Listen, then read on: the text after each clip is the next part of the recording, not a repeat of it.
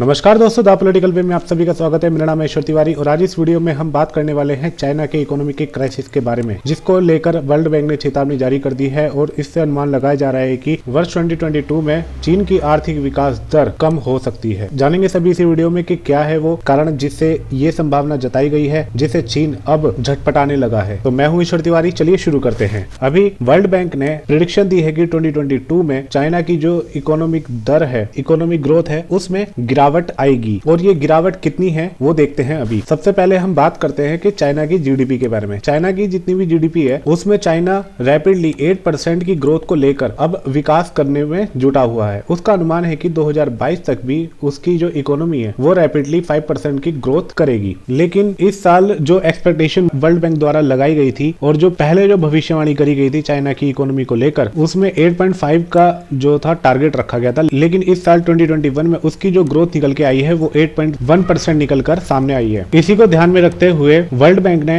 2022 को लेकर जो चीन की इकोनॉमिक ग्रोथ का जो अनुमान लगाया था वो 5.4% था, लेकिन अब इसे घटाकर 5.1% कर दिया गया है। क्योंकि आपको पता होगा कि पूरे वर्ल्ड में ओमिक्रॉन वायरस छाया हुआ है और उससे चाइना भी अछूता नहीं रहा है। और चाइना में बार बार लगते लॉकडाउन और ऊर्जा संकट को देखते हुए वहां की जो इकोनॉमी है वो रैपिडली डाउन होती जा रही है। वर्ल्ड इन्वेस्टमेंट की अगर हम बात करें तो चाइना की जो सभी प्राइवेट सेक्टर में अपनी कम्युनिज्म पॉलिसी को लागू करना शुरू कर दिया था, जिसके कारण उसकी इकोनॉमी रैपिडली डाउन होती जा रही है। जितने भी प्राइवेट इंडस्ट्री थी वहां पे लोग अब पैसा लगाने से डर रहे हैं। और बेरोजगारी की बात करें तो वहां पे लगभग बार बार लॉकडाउन लगने से, ऊर्जा संकट के कारण, कोचिंग सेंटरों के बंद हो जाने से और यहाँ तक कि रियल एस्टेट में कम ग्रोथ के कारण 26% लोगों को अब तक बेरोजगार होना पड़ रहा है, अपनी नौकरियों से हाथ धोना पड़ रहा है। यही बड़ा कारण अब चीन के सामने दोबारा खड़ा हो गया है 2022 को लेकर। क्योंकि जैसे जैसे ओमिक्रॉन वायरस बढ़ेगा वैसे चीन में दोबारा से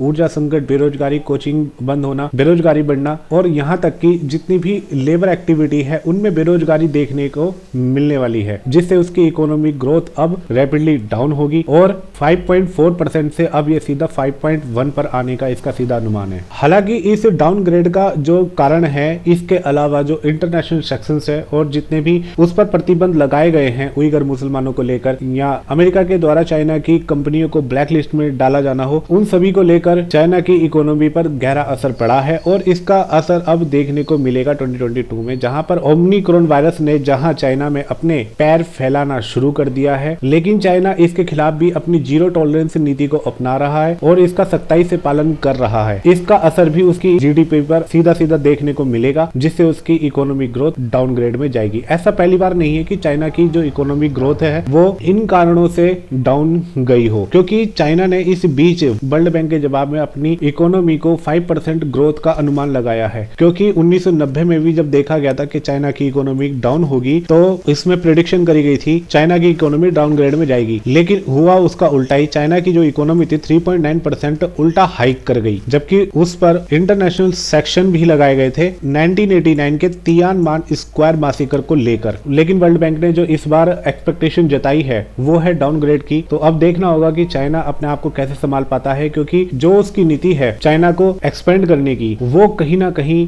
एक साम्राज्यवादी नीति को कहीं ना कहीं दर्शाता है, जिसके बिहार पर वो दूसरी कंट्री को इजिली लोन देकर डेप्थ लोन में फंसाता है और फिर उसी की कंट्री पर कब्जा कर लेता है। तो अभी अगर हम बात करें तो 2020 की भी जो लास्ट ईयर की भी जो उसकी इकोनॉमिक ग्रोथ थी वो 2.2% ही थी। अब देखना होगा कि चाइना अपने आप को कैसे संभाल पाता है और कैसे अपने ट्रेड को और इकोनॉमिक ग्रोथ को बूस्ट कर पाता है। तो आई होप आपको पूरा वीडियो जरूर पसंद आया होगा। Give a thumbs up, see you in next video, till then God bless you all, take care and जय हिंद।